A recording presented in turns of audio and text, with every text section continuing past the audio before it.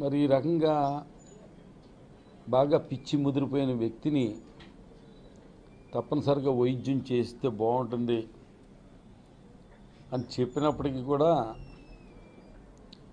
మరి పవన్ కళ్యాణ్ గారు ఎవరి మాట వింటున్నాడో లేదో తెలీదు, లేకపోతే ఆయనకి చూపించారో లేదో తెలీదు.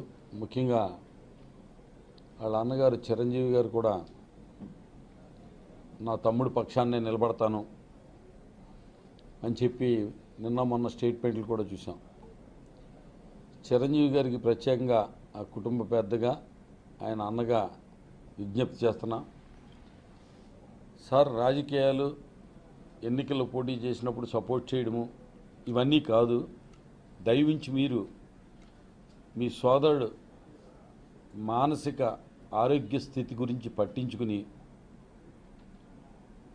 హాస్పిటల్లో చూపించి కొంతకాలం సభ్య సమాజంలోకి రాకుండా ఆపితే గనక చాలా బాగుంటుందని చెప్పి ఆయనకి సూచన చేస్తున్నా.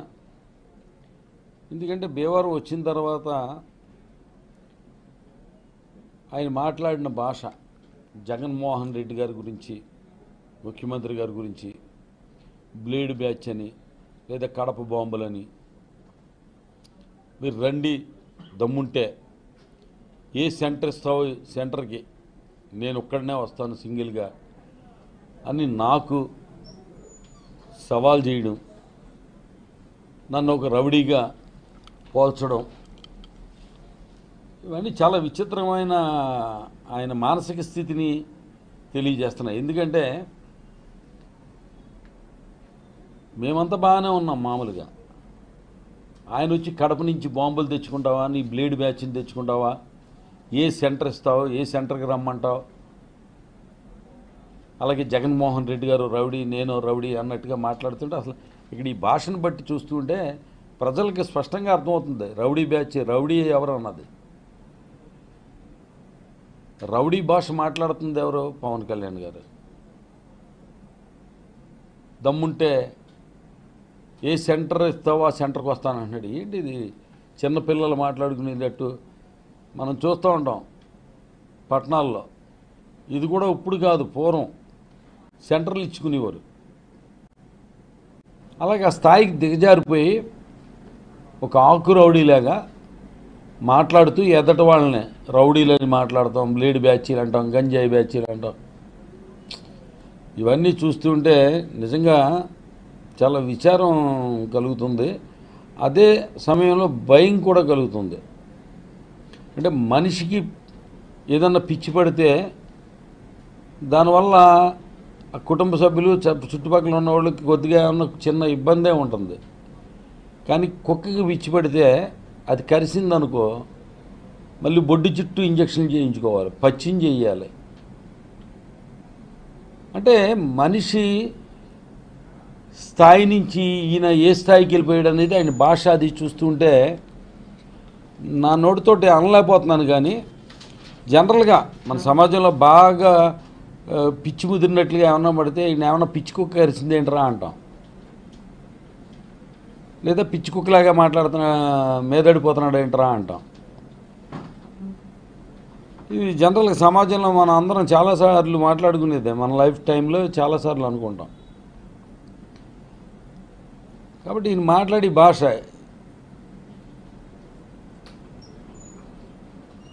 అలాగే భీమవరం నియోజకవర్గానికి సంబంధించి డంపింగ్ యార్డ్ గురించి మాట్లాడుతున్నాడు ఆయన. గత ఎన్నికల్లో 19 ఎన్నికల ముందు ఎన్నికల్లో ఇప్పుడు ఆయన పార్టీ క్యాండిడేట్ 10 సంవత్సరాలు ఎమ్మెల్యేగా ఉన్నాడు, అసమర్థుడు వీడు, డంపింగ్ యార్డ్ లేదా కంపోస్ట్ యార్డ్ ఏర్పాటు చేయలేకపోయాడు అని చెప్పి తన పక్కన ఉన్న ఇప్పుడు వాళ్ళ పార్టీ క్యాండిడేట్ గురించే విమర్శ చేశాడు ఈయన.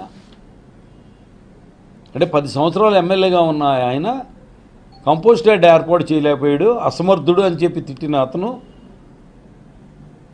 ఇప్పుడు అతనికే టికెట్ ఇచ్చాడు. అంటే రాజకీయాల్లో విలువల గురించి వాటి గురించి మాట్లాడుతున్నానని చాలా గొప్పగా చెప్పుకునే ఈ వ్యక్తి ఎటువంటి వ్యక్తి అనేది ఒక చిన్న ఉదాహరణ చాలు. అసలు విలువలు లేవు. ఇవాళ ఇప్పుడు మాట్లాడింది మళ్ళీ ఇంకో గంట తర్వాత మాటలు మారుస్తాడు. ఓసరవెల్లిలాగా రంగులు మార్చినట్టు ఎప్పుడు ఏది మాట్లాడతాడో కూడా తెలియదు. అసలు ఆ భీమవరం గురించి ఏం తెలుసని, భీమవరంలో కంపోస్ట్ యార్డ్ ఏర్పాటు చేయడానికి 6 ఎకరాల 60 సెంట్లు భూమి సేకరించి దానికి సంబంధించిన ఆ రైతులకి డబ్బులు కూడా చెల్లించి భూమిని స్వాధీనం చేసుకోవడం కూడా అయ్యింది.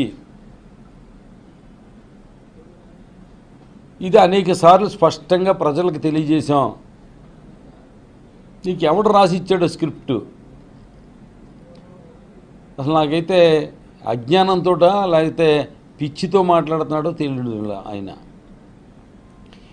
ఈ పిచ్చి ముదిరి సమాజానికి ఇబ్బంది కలగకుండా ఉండాలని మేము కోరుకునేది. మేము ప్రత్యేకంగా ఏంటంటే ఆయన ఆరోగ్యం గురించి గతంలోనే ఆందోళన వ్యక్తం చేయడం జరిగింది. చిరంజీవి గారు అయితే కనుక ఆయన సినిమాలు ఆడటం కోసం, చిరంజీవి గారు వెళ్ళి ఒకసారి జగన్మోహన్ రెడ్డి గారిని కలిసి సినిమా పరిశ్రమ గురించి రిక్వెస్ట్ చేస్తూ ఒక ముఖ్యమంత్రి హోదాలో ఆయన్ని నమస్కారం చేస్తే దాన్ని సహించలేని పవన్ కళ్యాణ్ గారు చిరంజీవి సినిమాని బాయ్కాట్ చేయమంటే ఆ తర్వాత విడుదలైన సినిమాకి ఓపెనింగ్స్ కూడా లేవు. తన సినిమా ఆడాలంటే కనుక పవన్ కళ్యాణ్ గారి అభిమానులు వస్తేనే కానీ నా సినిమా ఆడదు అని చెప్పి చిరంజీవి గారు పక్కా కమర్షియల్ అనేది మనందరికీ తెలుసు. అందుకే ఆయన ఏం చేశాడంటే తర్వాత పవన్ కళ్యాణ్ గారిని 2 మాటలు పోగొట్టడం, లేదంటే మొన్న ఈ మధ్యన ఏదో రేపు ఒక 4-5 నెలల్లో కొత్త సినిమా ఏదో రిలీజ్ అవుతుంది, ఆ సినిమాకి ఓపెనింగ్స్ కావాలని చెప్పి, ఓపెనింగ్స్ కావాలంటే పవన్ కళ్యాణ్ గారిని కాకా పట్టుకోవాలని ఒక 5 కోట్ల రూపాయలు ఏదో ఎలక్షన్ ఫండ్ కింద పార్టీ ఫండ్ కింద ఇవ్వడం కూడా జరిగింది. ఇది వీళ్ళ మనస్తత్వాలు అంతా చూస్తూ ఉంటే కనుక పైసా కోసం ఏదైనా చేస్తారు.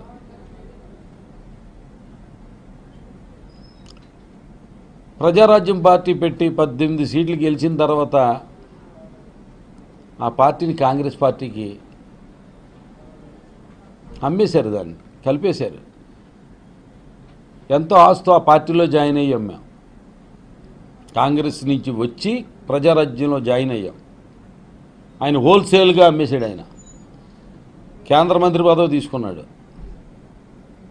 ఇప్పుడు ఈయన 10 ఏళ్ల మట్టి పార్టీని నడుపుతున్నాను, రోడ్ల మీద యుద్ధం చేస్తున్నాను అని అంటున్నాడు. ఎప్పుడు చేసాడండి ఈయన? సినిమా షూటింగ్లు చూసుకుంటా, డబ్బులు సంపాదించుకుంటా ప్రజల మధ్యన ఎప్పుడు ఉన్నాడు? కోవిడ్ వచ్చినప్పుడు ఎక్కడైనా వచ్చాడా? కనిపించాడా అసలు ఈ పవన్ కళ్యాణ్ గారు? కోవిడ్ వచ్చినప్పుడు ఎక్కడన్నా కనిపించాడా? ఎవరికైనా ఏదైనా సాయం చేశాడా? అదే ప్రజాక్షేత్రంలోనే ఉన్నాను, రోడ్ల మీదే ఉన్నాను, యుద్ధం చేస్తున్నాను అంటున్నాడు. ఎక్కడ చేసాడో ఏంటో తెలియదు. ఒకసారి కారు డిక్కీలో పొడికిన టీ తాగుతా ఒక ఫోటో ఇస్తాడు, ఒకసారి ఏమో ఆవులకి అట్టుపళ్ళు తినిపిస్తా ఒక వీడియో రిలీజ్ చేస్తాడు. ఇదే ప్రజాక్షేత్రంలో ఉండటమంటే, ప్రజల కోసం పోరాడతామంటే. అరే ఒకసారి ఏమో పాసిపోయిన లడ్డూలు ఇచ్చారు మోడీ గారు అని చెప్పి ఉద్రేకంగా అరిచేస్తాడు. తర్వాత అదే మోడీ గారితో ఇప్పుడు పోలవరం ప్రాజెక్టు పూర్తి చేయించేస్తాను అన్నాడు. అసలు రాజకీయాల్లో ఇంత దగులుబాజీని ఎప్పుడు కూడా చూడలేదు మేము. ఇలా ఆంధ్రప్రదేశ్ రాజకీయాలు ఇంత అస్పష్టంగా, ఇంత అయోమయంగా, ఇంత గందరగోళంగా ఉన్నాయంటే కనుక మన దురదృష్టం ఏంటంటే చిరంజీవి గారిలాగా ఈయన ఈ పార్టీని ఆ తెలుగుదేశం పార్టీలో కలిపేసి ఉంటే బాగుండు. కలిపేసి ఉంటే కనుక ఒకసారే వస్తుంది ప్యాకేజీ. ఆ పార్టీని అలా ఉంచుకుంటూ ఎలక్షన్లకి కూడా ప్యాకేజీ తీసుకోవచ్చని మంచి ప్రొఫెషనల్ అయిన పవన్ కళ్యాణ్ గారు మంచి వ్యాపారవేత్త. ఒక పార్టీ పెట్టి దాని ద్వారా ఎలా డబ్బులు సంపాదించవచ్చు అనేది తెలుసుకున్న వ్యక్తి.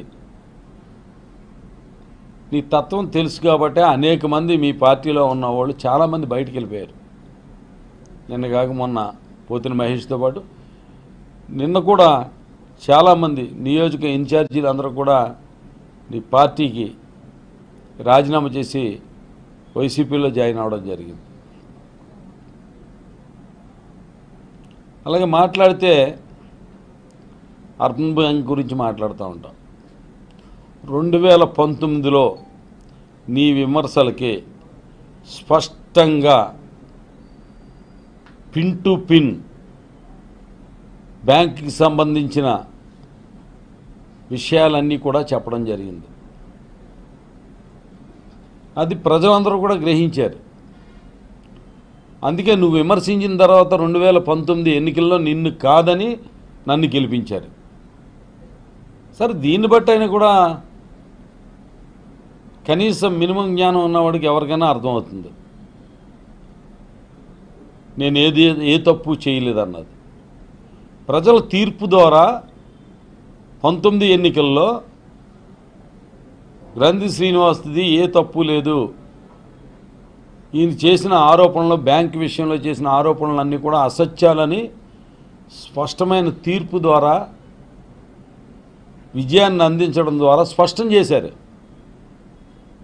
అది కూడా గ్రహించలేని అజ్ఞాని ఎవరన్నా ఉన్నారంటే పవన్ కళ్యాణ్.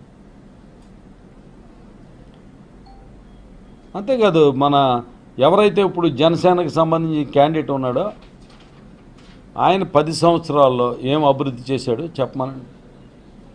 నేను గతంలో 2004 నుంచి 9 వరకు లేదా 19 నుంచి 24 వరకు చేసిన అభివృద్ధి, ల్యాండ్ మార్క్ లాంటివి అన్నీ కూడా ఒక పాంప్లెట్ వేసి మరి ప్రజల దగ్గరికి పంపించడం జరుగుతుంది. దాంట్లో కొన్ని ల్యాండ్ మార్క్ లాంటి పనులు మాత్రమే,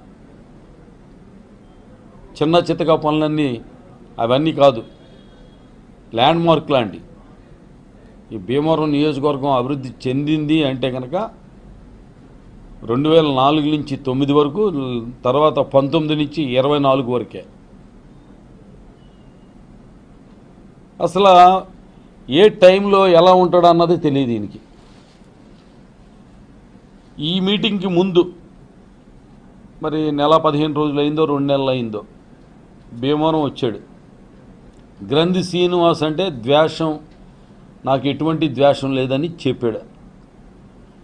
ఆయన నోటితో చెప్పింది అది, మేం చెప్తుంది కదా, ఆయన నోటితో చెప్పాడు ఇక్కడ ఆయన కార్యకర్తల సమావేశంలో. మళ్ళీ ఇవాళ రౌడీ, గోండా, బ్లేడ్ బ్యాచ్, గంజాయి బ్యాచ్ అయ్యో మాట్లాడుతున్నాడు. ఏంటి ఆయన మానసిక స్థితి మీద మనకు పూర్తిగా అర్థమవుతుంది. అది తప్పనిసరిగా ఆయన శ్రేయోభిలాషులు, ఆయన మంచి కోరుకునేవాళ్ళు ఎవరున్నా సరే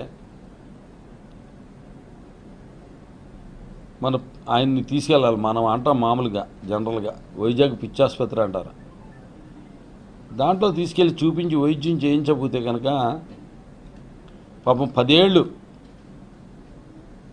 ఒక్క సీటు గెలవపోయినా, మామూలుగా 2 చోట్ల ఓడిపోయినా 10 ఏళ్ళు పార్టీ నడిపాడు. ఇంకో 20 ఏళ్ళు కూడా 30 ఏళ్ళ పాటు పార్టీని నడుపుతాను అన్నాడు. మరి ఇంకో 20 ఏళ్ళ పాటు పార్టీని నడపాలంటే కనుక తప్పనిసరిగా మానసిక ఆరోగ్యం ముందు బాగుండాలి. మానసిక ఆరోగ్యం కుదుట పడటానికి తప్పనిసరిగా వైద్యం చేయించుకోవాలి. సాటి మనిషిగా ఆయన మీద సానుభూతితోటి నేను ఈ సలహా ఇస్తున్నాను. నిజంగా నేనేదో గోండానే, రౌడీనే అయితే కనుక ఇటువంటి సలహా ఇవ్వను. జగన్మోహన్ రెడ్డి గారి దగ్గర ఆయన గోండా అయితే, బ్లేడ్ బ్యాచ్ ఉంటే, కడప బాంబులు ఉంటే ఈ పాటికి ఆయన ఉండడు. పవన్ కళ్యాణ్ అని ఆయన ఉండడు, భౌతికంగా ఉండడు. నువ్వెవరి దగ్గర ఉన్నావంటే వంగవీటి మోహన్ రంగా గారిని ఆమరణ నిరాదీక్ష చేస్తుండగా అంతమొందించిన చంద్రబాబు నాయుడు లాంటి ప్రమాదకరమైన గోండా దగ్గర, హంతకుడి దగ్గర. ఎందుకంటే స్వర్గీయ ఎన్టీ రామారావుకి చనిపోవడానికి కూడా కారణం ఎవరు ఈ రాష్ట్ర ప్రజలందరికీ కూడా తెలుసు.